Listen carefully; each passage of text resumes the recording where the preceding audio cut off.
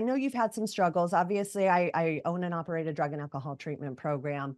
I've overcome addiction. I help people overcome addiction. Has that been a struggle that you've had throughout your life or probably early on? Um, in high school, I didn't drink. All I did was go to school, work out, play football, play baseball, and that was it. You didn't even drink. Wow. No, not at all. I made up for it when I got to college. As I've Unfortunately, seen over and over, yes. yeah. And that's kind of where it started. And then my second year with the Packers, I I was uh, I was hurt. I had a separated shoulder. Got an injection. Finished the game. After the game, the injection wore off. I was in, as you can imagine, pretty good pain. Yeah. Took pain pills. It not only suppressed the pain, but it felt good. And Yeah. then it just, it took off from there. And so, fortunately, I went to three different treatment facilities. The third was in Topeka, Kansas. I spent 73 days Wow. right before our training camp in '96, prior to us winning the Super Bowl. Came out, never took a pain pill since. Wow. Uh, I was at my peak. I was taking 16 Vicodin ES at one time. Had two seizures. One was the day before a game in '95. Mm. Um, and the second one was at the end of that season in the hospital in Green Bay during a routine ankle surgery. And that one really kind of opened everyone's eyes that something is wrong. A young, early 20s, healthy athlete should not be having seizures. Right. And so that really kind of springboarded into recovery. Thank God. And at no point was it thought maybe it's concussions or things like that? Concussions at that time were an afterthought. Yeah. No one thought concussions were bad. In fact, if you were to, tell a coach or a trainer, look, I got my bell rung. I think I'm gonna sit out. You would be ostracized from the game. And uh, it just wasn't considered an issue.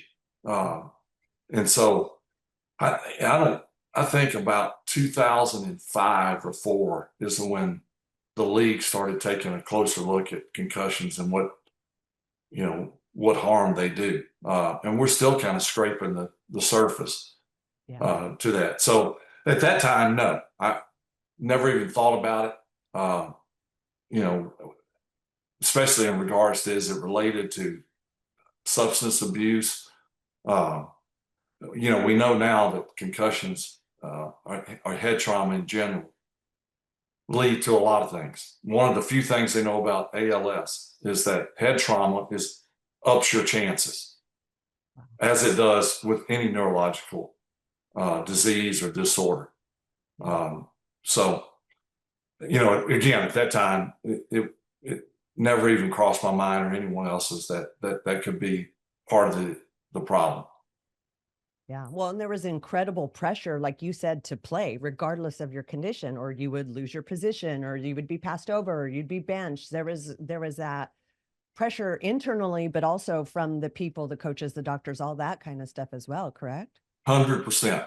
100%. So that being said, guys just didn't. You never would come out of a game for a concussion or getting your bell rung, as the term was very popular at the time. I got my bell rung. Get your ass back in there. You Yeah. know, that's the way it was. Yep. Yeah. And so then you would play through these things. And then, I mean, no wonder you ended up on the path you went down. Yeah, I don't know if did you ever watch the movie Concussion with Will Smith? No, It's I couldn't bring myself to it. I saw the Aaron Hernandez one. I'm like, this is just awful to Yeah. watch. Well, the Yeah. Concussion movie was it's probably 15 to 18 years ago. It was Okay. very well done. But Will Smith portrayed a guy named Benjamin Amalu, who at the time was he was a coroner in Pittsburgh, and he discovered CTE. So I'm having a conversation with him maybe 5 years after that show came out, Dr. Amalu. There was like a big seminar for concussions, and I'm talking to him, and he said, Brett, and he's from Africa, knows nothing about football, but he discovered that all these former players that he did an autopsy on all had the same thing in their brain, which he later called CTE, and I can't even say the actual word, but he said, how many concussions did you have, Brett? And I thought, I said, probably 3, maybe 4. And he sort of chuckled. And I said, is that wrong? And he said, well, how many times did you get tackled, or did you fall, or, it didn't have to be a big hit. And you saw stars, or you ringing in the ears, was a little fuzzy. You were fine, but there was a little something squirrely. Yeah. And I said, pretty much every time I got tackled. Wow. And he said, that's what you and everyone else does not realize. That is a concussion. Yeah. Minor, severe, in between, still a concussion. And those little ones are what really does the damage long term. He said, think of Muhammad Ali. How many times did you see him get floored and knocked out? I'm like, I don't know if I ever did. Yeah. He said, exactly.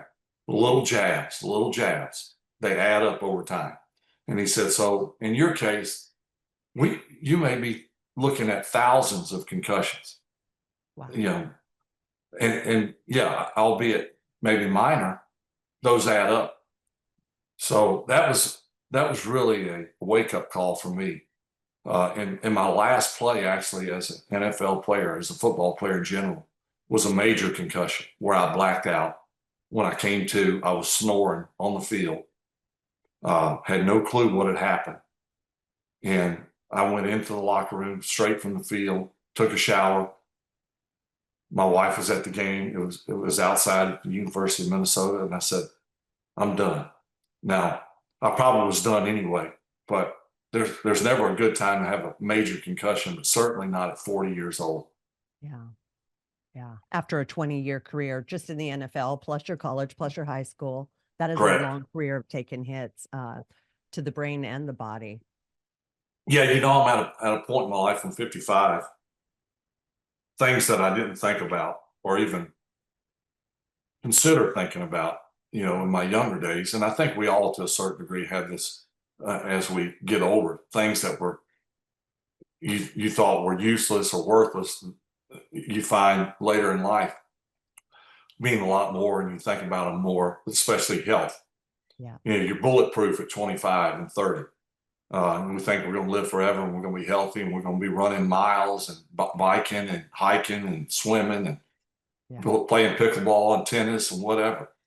And so when I retired, I started really thinking about the long-term effects and what that looks like. We don't know until and in 52, I was running half marathons, I was biking, I was hiking, I felt great. And I don't think I was complacent, but I would pinch myself on occasion and say, man, how blessed are you? And then no more than I said that, all hell broke loose. I had my right hip replaced. I had back surgery 4 months after my hip replacement. I had back surgery again. I had a spinal cord stimulator put in. And then a little over a year ago, I was diagnosed with Parkinson's. And I've met with 5 different specialists. I've asked them all, where would you think it came from? And they all said, first of all, is it in your family? No, not that I'm aware of. They said, okay, there's only 2 options: head trauma and environmental. And being that you were a quarterback and played for so long and wrote the book on head trauma, that's probably where you got it. Yeah. You know, it could be things you eat, you know, pesticides, herbicides, and but each one of them said, really, it doesn't matter at this point. You got it. Yep. You got to deal with it, and you know, you can function in life fairly normal if you know if it doesn't progress quickly. And you know, and all those specialists said everyone, regardless of where they are in the disease, progress is much like the natural aging process. So you see someone you haven't seen in 20 years, they look like they haven't aged a bit. You see someone you hadn't seen in 2 years, they look like they've aged 20 years. That's how they describe the progression of the disease. It may go fast with me, it may go slow, and just the opposite with the next person. So, you know, I think about what 10 years from now, what 5 years from now will look like. And I have to admit, you know, I want to think the best, but there's a part of me and how I cannot think, have a certain degree of anxiety or fear of what's to come. Yeah. But you can do, because there's no cure, right? There's no No like cure. pill, there's no treatment, there's nothing that fixes it. So the best that you could do is what? Just stay proactive at health, diet, you know, kind of physical therapy. Is that a thing with this illness? Well, yes and no. I'm early in the disease. That's good. And Yeah. why that's good, first and foremost, is if they were to come out with a cure or something that would stop the progression in its tracks, right where you are. I'm in the early stages. So I have very minimal or obvious symptoms. I think most people relate Parkinson's with shaking. I don't have the shaking dominant trait. I have rigidity and stiffness. I have and all mine is right-sided. Parkinson's is one-sided the other. Okay. And to back up, what I do is probably what 99.9% of the people do with Parkinson's. I take what's called carbidopa levodopa, and it is a synthetic dopamine replacement that basically for 3 to 4 hours suppresses the symptoms, almost to a point where I don't notice them, and you probably wouldn't notice that I had it. But then I have to take medicine again so it's every 4 hours. The downside of that medicine is that, as I understand it now, it will quit working or not work as well. And this depends on the person. But at some point, it's going to not work as well, if work at all. And, you know, so I'm early in the disease. If something comes out, there's clinical trials that are being, you know, ran as we speak. There's a couple, you know, opportunities to get on a few of those, but none are a cure. Some are slow the progression. Some are, you know, treating other forms of Parkinson. But so I'm on the radar with some of those. And so, you know, like Michael J. Fox, where he is in the disease, is very late stage. Yeah. If there was a cure, it's not going to take him back to when he first was diagnosed. He's going to stop where he is. And so that's the good thing about where I am. And you just hope and pray, much like Michael J. Fox, I'm sure when he was diagnosed in 91. Wow. I'm sure, yeah, he was 28 years old. Wow. So when he was diagnosed, I'm sure he thought, well, there'll be a cure. But by the time I'm 32 or 35, but here he is in his 60s, and he's fidgeting all over the place, and he's functioning, but he's very late stage in a bad way. Yeah, quality of life is just not great for him. Right. So that's kind of where I am with Parkinson's. Yeah. Well, you'll be in my prayers. I feel like there's got to be something. We have so much technology these days. I feel like there's got to be something out there that's going to be able to assist. And overall, you're pretty healthy despite Yeah. that. You've taken good care of yourself. I mean, if you haven't, I don't even know how you did all those surgeries without medication afterwards and that sort of stuff. You've built a strong foundation from what I could tell. So I am hoping that they get something and can seize this right here. Thank you. You and I both. But thank you. The one thing that every doctor has said that I've met with in regards to Parkinson's, the number one thing that they have seen or has shown the most promise in, I'll say, keeping the disease at bay is being very active. And there's two sides to that coin. There's the active person like myself who my more than anything, I bike.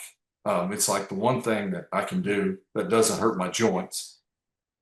And you can basically do it. It's kind of like golf. You can pretty much do it your whole life. Yeah. And, and I almost every day, if not every day, I bike, 20, 30 miles. What? And Every day? That's crazy. I do about 150 miles a week. I try to, and That's amazing. sometimes I do it outside with a group. Sometimes I do it inside.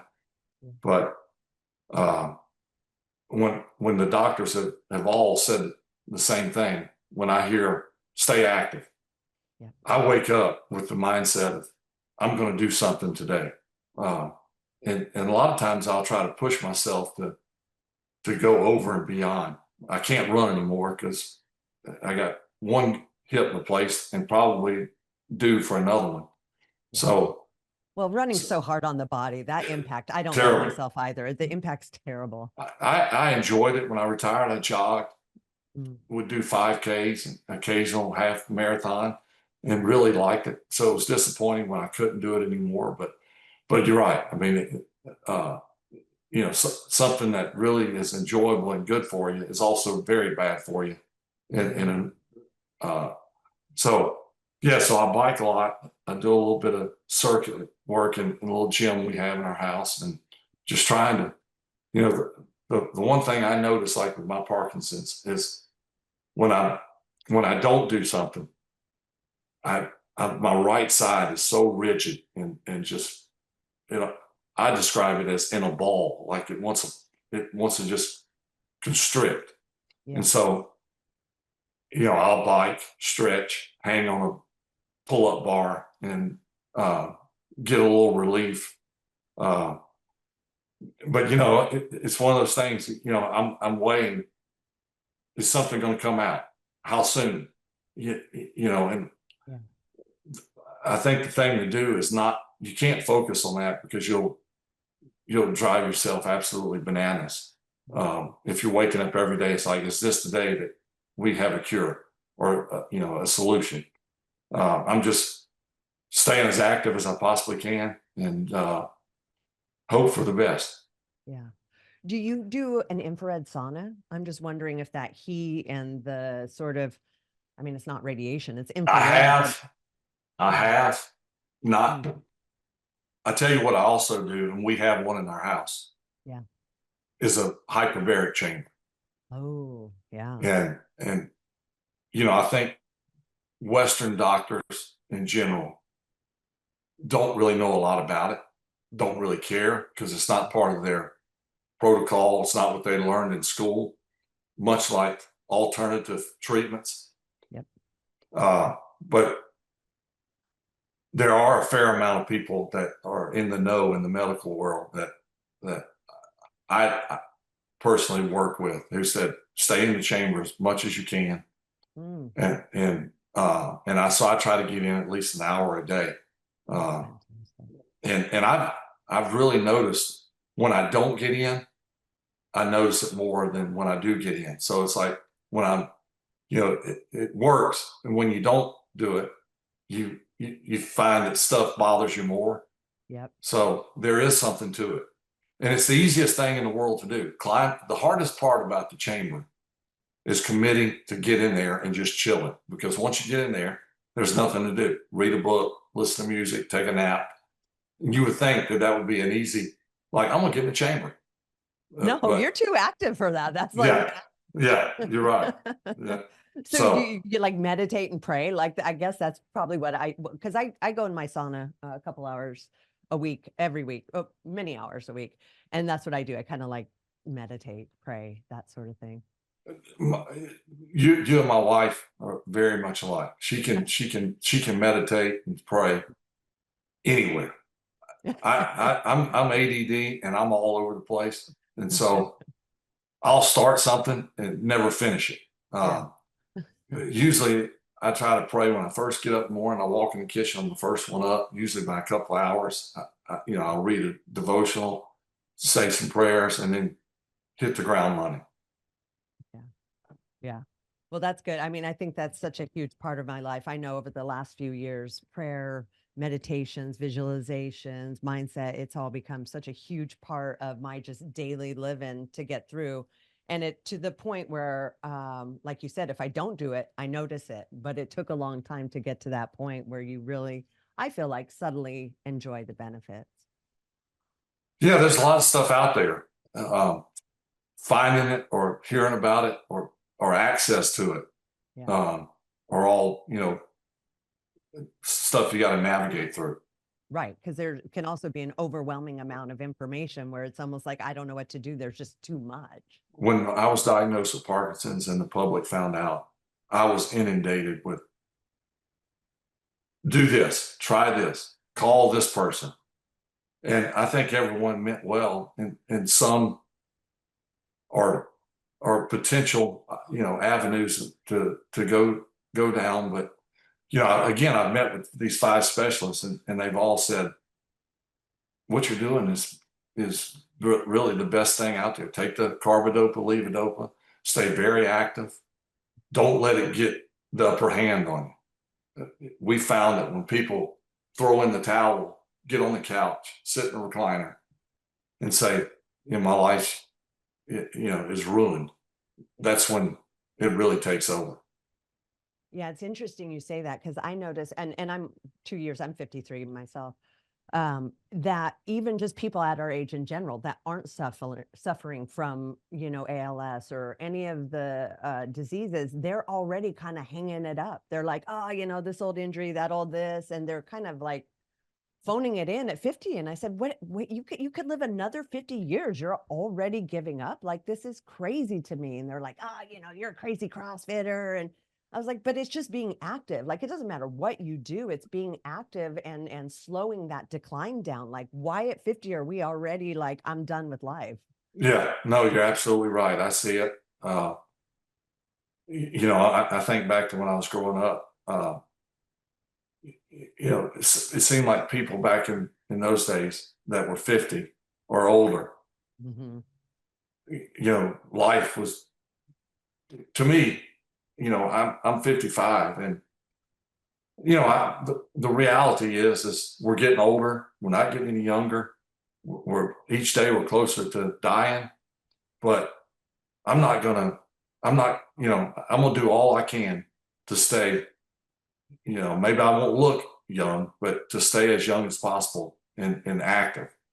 Um, I don't think the mindset was that way 30, 40, 50 years ago, certainly before that. If you'd have saw a person 55 years old on a road bike pumping it up the hills, you'd have crashed your car because you're like, what in the hell is wrong with that old person? But now it's pretty common to see Yeah. people of all ages playing pickleball, walking, running, cycling, going to the gym. Yeah. So I want to be in that category. Absolutely. Well, and I think now with time, we're realizing we're living a lot longer. And then just the benefits of the natural stuff like vitamin D from the sun, exercise, like we don't have to take, and I think, and it's difficult because we're living in an era, and I know you understand what this is, where the prescription to everything is take pills, take pills, take pills, medicate, medicate, band-aid, don't fix, just alleviate instead of like, let's get in there and see what's creating that condition. And let's figure out a way that you can healthily combat that, not just be on medications your whole life. Yeah. Deanna and I actually see a doctor here in Hattiesburg. She's a holistic doctor, and she thinks alternative to, let's do it with food, natural supplements, exercise, hyperbaric chamber, red light therapy, uh, and then take it a step further, stem cell. Have you done But that? I have done stem cell. Hard to say if it's worked. I think I'm a tough critic. I got a lot of stuff, that a lot of issues. I'm able to do pretty much what I want to do, but there's a lot of stuff going on. So oftentimes when I've done stem cell or other things, it's like, okay, maybe it's helped some. Like I did a 6-month protocol of peptides. I never even heard of peptides until 6 months ago. And I gave myself an injection, 3 injections every day. Wow. And the doctor who got me on the peptides would ask, do you feel any better? And I'm like, I never really felt bad ever. So I'm trying to put my finger on what is better or what has changed is really hard for me, because I'm early on in the symptom phase. So if I had severe shaking and then it got to be moderate, that would be an obvious change. But I'm again, my symptoms very subtle, and when you're doing hyperbaric chamber, when you're doing peptides, and you're doing stem cell on occasion, if you're feeling better, which one is the reason? So that's kind of where I am. That's the age-old question. That's how I am. I like handfuls of vitamins. I'm like, is it even working? Do I even know? Would I even be able to tell? Like, I really don't know. 100%. I'm right there with you. Yeah. So here's my question for you. It feels like, and because I reread your history. Now we grew up together is how I view it. You didn't know this, but we grew up together. And I was rereading through your history. The amount of adversity that you've had to overcome in your lifetime is absolutely wild to me. And the fact that you keep overcoming and you keep moving forward and you keep finding new ways to outcreate some of the craziest stuff. Do you feel like God or you have, I don't want to say put yourself through it, but you're a very strong individual. That's why you've been confronted with all these adversities to overcome? Yeah, my life has been everyone's life. No one has a rosy, easy life. Part of my life has been self-induced pain, whether it be, I chose to play football. So the repercussions of that are, physical injuries that the longer you play, they're going to be with you forever. And then lifestyle things, making bad choices, putting yourself in harm's way, drinking and driving, taking drugs, overdoing it. And, I think those experiences for all of us in life shape us one way or the other as we move forward, either in a good way or an adverse way. And for me, I always, thankfully, and I don't know if it was ever really a conscious decision, especially early on when I really didn't understand the whole life thing, that it motivated me to be better. So, example, I'll go back to high school. I played for my dad. He was a tough coach. He's like a drill sergeant, and he was never satisfied with my play or my work ethic. Well, that could be one, that could do one of two things. That could turn you off or turn you on. And for me, I didn't particularly like to get my butt chewed, or, I thought I worked hard. Yeah. And, it drove me to work even harder. Where my two brothers, I think it drove them the other way. Hmm. They played, they were good, but they just didn't have after a while, they were like, screw this. Yeah. Not worth it. Where I dug my heels in and put, just, oh yeah, well, I'm going to run 2 or 3 more sprints. I'm going to run more bleachers. I'm going to lift more weights. I'm going to throw more balls. It's, so for me, it just, the more you said or implied I couldn't do it, the more I dug my heels in Yep. and would prove you wrong.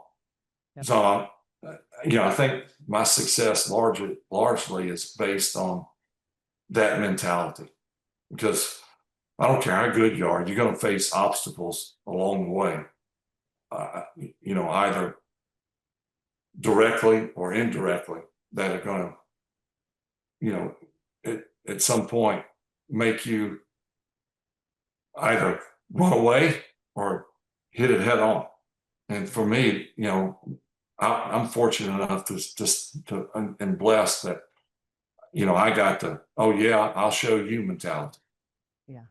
Well, and that's why I knew you were a perfect guest, because that is the name of my podcast, Going Rogue. I'm the same way. Like, the quickest way to get me to do something is tell me I can't do it, or you're right, you shouldn't do it. And I'm like, wait, what? What do Yeah. you mean I shouldn't do it? I was like, Yeah. literally talk myself into it. All you got to do is say, no, you can't, or you shouldn't. And I'll talk myself into it every single Absolutely. time. Do you, Absolutely. and it's funny you mentioned that. Well, it's not funny. I mean, we talked about it, but you remind me of, and so I'm very fortunate, in the Bay Area, Golden State Warriors fans, huge Steph Curry fan. And he drives his, or used to drive his coaches crazy, because he would take the craziest shots. He was like so out of the box. He did everything you're not supposed to do, but he showed what success was like doing that. And I felt like when I was watching you play all those years, that was you. I feel like you drove your coaches crazy, because you would take the craziest passes. You would do the wildest things, not how you're supposed to, but somehow you still always made it work for the most part. Like, you were that guy. And I always loved that about you. So rebellious. Well, thank you. I did drive my coaches crazy. And at times I drove myself crazy, because sometimes it worked. Fortunately, more times than not, it worked, Yeah. or it didn't hurt me or hurt the team. But there's, on occasion, it would not go well. Yeah. And then I would say, what are you thinking? But then I'd do it again. Exactly. I just couldn't resist.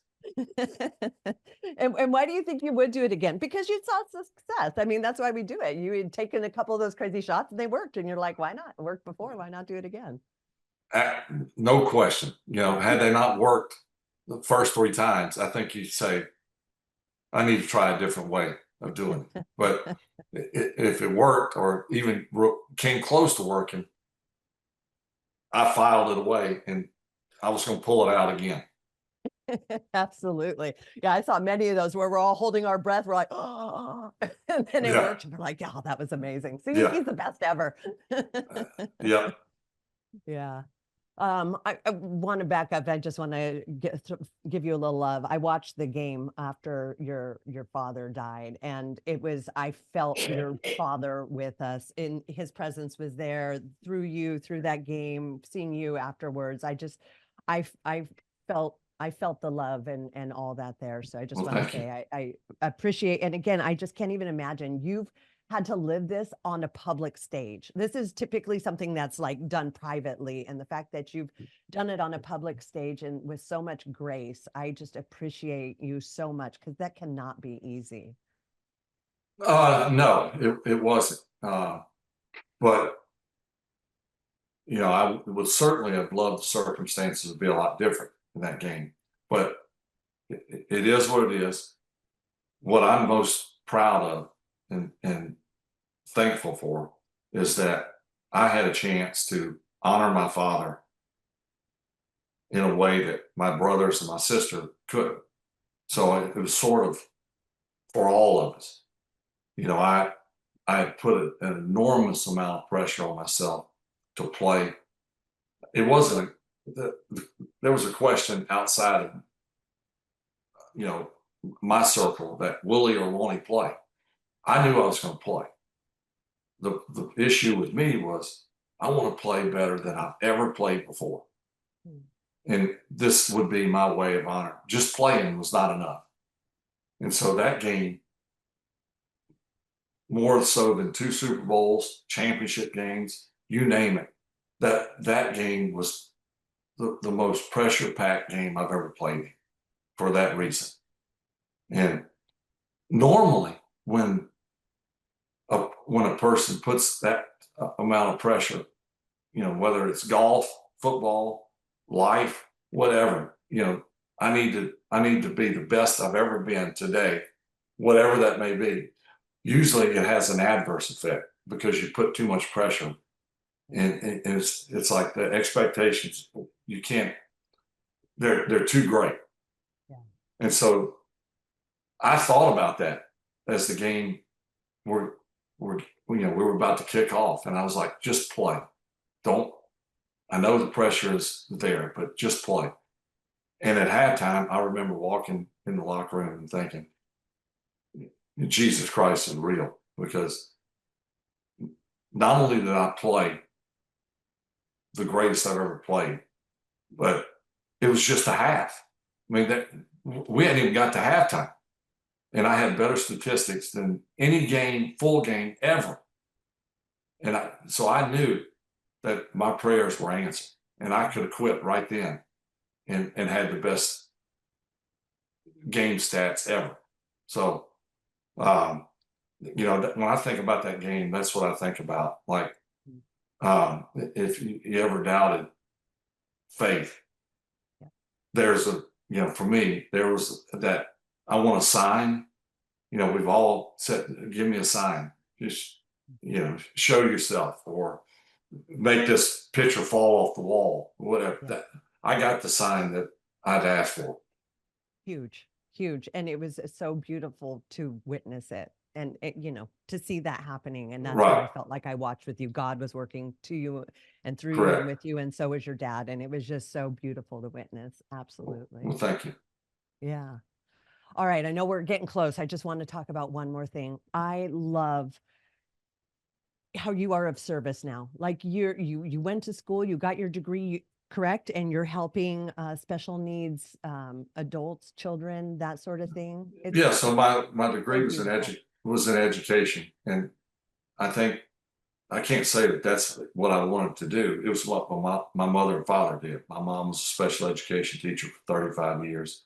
My dad was a high school football coach, baseball coach, and he taught driver's ed for 35 years.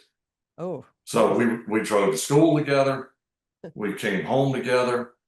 You know, my 2 brothers, my sister, you know, we all were at the same school. And so that's what I knew. Uh, Turns out I ended up playing football instead of being a special education teacher. But yeah, so Deanna and I, when she got breast cancer, we started a foundation that really, I think, helped a lot of people. And part of it was special, like we sort of merged the foundations. And when she got breast cancer and beat it, she started helping people who couldn't afford mammograms or you know, treatments or uh, early detection, you know, whatever. yeah. And then my part of the foundation was helping Wisconsin or Minnesota or Mississippi. Like we built a basically a hospital room for kids at St. Jude, Ronald McDonald House in Minnesota. And we've donated 11, almost $12 million to various entities over the years. And, you know, and we love it. We love helping people. And here lately, I've been going to these elementary schools here in some of these small towns in Mississippi and spending time with the youth, reading to them, just visiting with them. And it's very rewarding, very rewarding. I try to put myself in that classroom when I was in the 5th grade or 1st grade or 6th grade. And, kids have a lot more distractions today.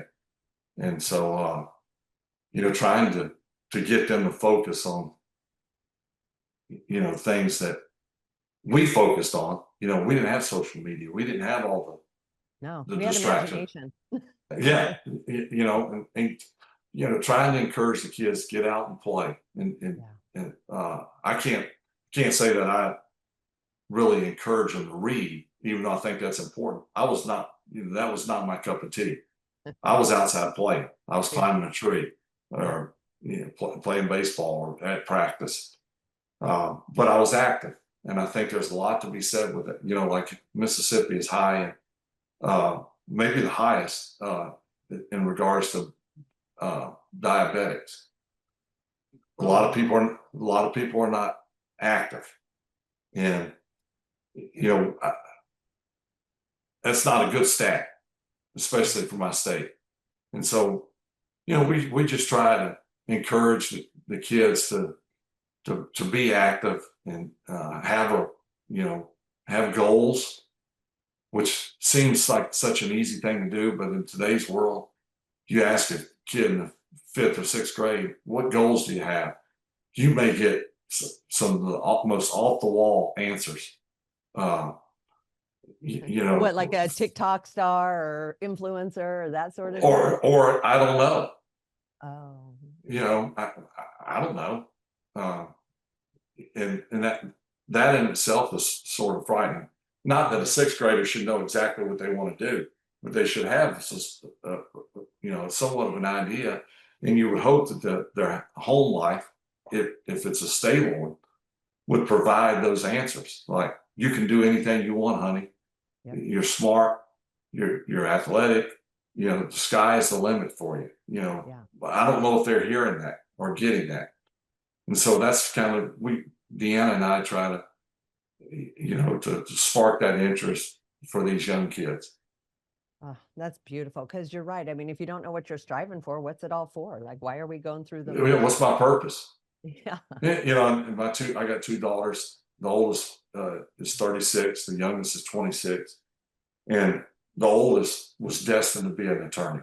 She went to law school. Trust me, we could not win an argument with her. No way, not against an attorney, especially your daughter. Come on. So she got a degree in law. She practiced for about 1.5 years. And one day she said, she's got 3 boys. And she said, I don't think I'm gonna be a lawyer anymore. And I was like, oh my God, we wasted all this money. That never crossed my mind. I said, well, what are you going to do? She said, I think, and she's a great artist. She said, I think I'm going to, at the local, there's a private school here called BDS. It's a great school. She said, I think I'm going to teach creative writing and art at BDS. And I thought, well, that's great. She's exceptionally talented. She's great with kids and they love her. And I said, first of all, she knows this. She's way smarter than me. A lot of people judge success on how much money you have, and that couldn't be further from the truth. Some of the most miserable people in the world have tons of money. So money doesn't make you happy. It can help, but it's not,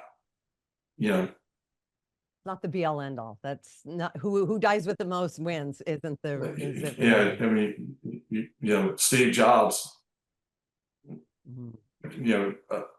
I remember seeing some of his comments right before he died. It's like, I got more money than friends. I got more money than I got stuff everywhere, but I'm dying and I can't take it with me. And I realize now on my deathbed that none of this stuff really matters. And that's so true. And so, success is finding success is finding what makes you happy, call it work if you want, but and you're good at it, and you want to be good at it, and you try, and you're making an impact. That's success. I don't even care how much money you make. I wouldn't, I wouldn't ask, well, how much money is your salary? Because that's irrelevant. Yeah. Um, and so like she's found her calling. Our younger daughter just graduated from PT school. She's not sure how she wants to use it. She asked me, I have no idea. There's a lot of ways you can use it, Yeah. but I did tell her, you may be 50, more than likely at 50, more than likely at 60. You're going to ask yourself, what is my purpose? Whether you're doing what you were trained to do or not. I see more people who are successful, quote unquote, at whatever it is they're doing that often say, I just feel like I should be doing something else. That's kind of the common theme I get. So, when I tell my daughters or the youngest, I'm like, you very well will be asking yourself that for a long time, even if you're doing something that you trained to do. Yeah. That's so. Don't let that surprise you or shock you. That's sort of common. You know, what is my purpose in this life? What am I supposed to be doing? You're going to ask yourself that a lot of times. Yeah. Yeah, I feel very blessed. A lot of people, they're like, "Oh my gosh, you overcome addiction. That's so terrible." I'm like, "What do you mean? Being a drug addict was the best thing that ever happened to me because Right, it put me on my purpose at right, 20 years old. Like, who would have thought?" And so I've got to live out this, 30 plus years doing what I love with like no better, in my mind, no better purpose in the world than to help others overcome addiction too. no And so like no question. matter it's not the best paying job, it's hard, it's rough, it's like navigating, but you see a graduation or a life restored and you're like, what else should I be doing? Yeah, There's literally none absolutely, better. absolutely. I have no problems talking about my addiction, and I've talked about when I was at my peak, taking 16 Vicodin ES at one time. Probably the last 6 months uh, of that era of my life, I couldn't swallow the pills. I mean, I got to a gag. I would try to swallow them. I would gag, start choking. It just got hard to swallow 16 pills at one time. Sure. And so I would get them down, but then I would throw them back up, not by design. Trust me, I didn't. And Your body was rejecting. I may be in a bar room or a restaurant. I would go in the bathroom, take these pills, throw them up on the floor, and pull the pills out of the bomb and take them again. I was not going to waste them. Right. Wow. Now, I tell people that, and I can see the "you have got to be shitting me" mentality on their face. Pardon my French, but that's how I was at the worst of my addiction. That was But bad. I'm beyond that now, and so when I see people shake their head like, "Wow," and then see the after, there's life after, and I see that I help people. Not everybody, turns the corner quickly. Some people, relapse and go back to. But when you see someone like you just mentioned, Yeah. get to a better place and are well beyond that era of their life, there's a huge reward in that. Yeah. Well, and you led the way in making it not such a stigma. Like prior to watching and from what I recall, in the world, like people were embarrassed to be an addict or have a problem. Like it was in the closet, it was HIPAA, like you didn't talk about it, you were looked down on. But because of your public overcoming, I think you started to help relieve some of that stigma attached, which creates people wanting to get help more because they don't feel like such a terrible person. They like realize this is something that I did, but it's not who I am. Absolutely, yeah, you're spot on. People, I think there's a shame, there's guilt. I've been there. You've been there. Yeah. What's wrong with me? I'm worthless. Am I ever going to do anything worthwhile in life? You have all these thoughts, and so I think, in my case, it's sort of, the general public, like, I didn't, he went through some things that I've gone through or I'm going through, and look how he has overcome. So it gives people hope, and that's good. I have no problem. Look, if I help one person every time I talk about it, Yeah. I'm doing a huge service to society. You can't help everybody, but I had no problems that, if someone said, tell me about the worst of times. I don't talk about it in a bragging way. It's what it is. Just like you said, you dealt with it, and you've overcome, you've moved beyond that, and now you're helping people, and that's a huge reward. No question. Yeah. Well, and I feel like those of us that have done that, we end up being and I see this with you giving back, you find that passion in helping others overcome whatever it is they're going through, whoever you're working with, because you realize that you can do it, and you feel so passionate about it that it really inspires others and helps them as well. No question. No question. And we'll be doing this until we can't do it anymore, whether it be directly or indirectly. I'm not a clinician. I'm not working at a treatment facility, but in some respects, I sort of am remotely. You are, and I appreciate this and you so much for sharing your time with us and Well, doing thank these you. things. Thank you. But thank you. I want to be mindful of your time. I mean, I would love to talk to you for like 2 more hours, but I know you're a busy guy and you got a lot going on. You probably got to go get active right now, just like I kind of Yeah. do. I've already sat too long. I'm starting to fidget. Okay, gotcha. Well, thank you so much for spending your time with me. It is a bucket list for me. It means the world to me. You'll never know how important this is for me, and hopefully we can help at least one other person with this Yeah. conversation. Well, thank you, Angie. Thanks for having me on. Thanks for asking.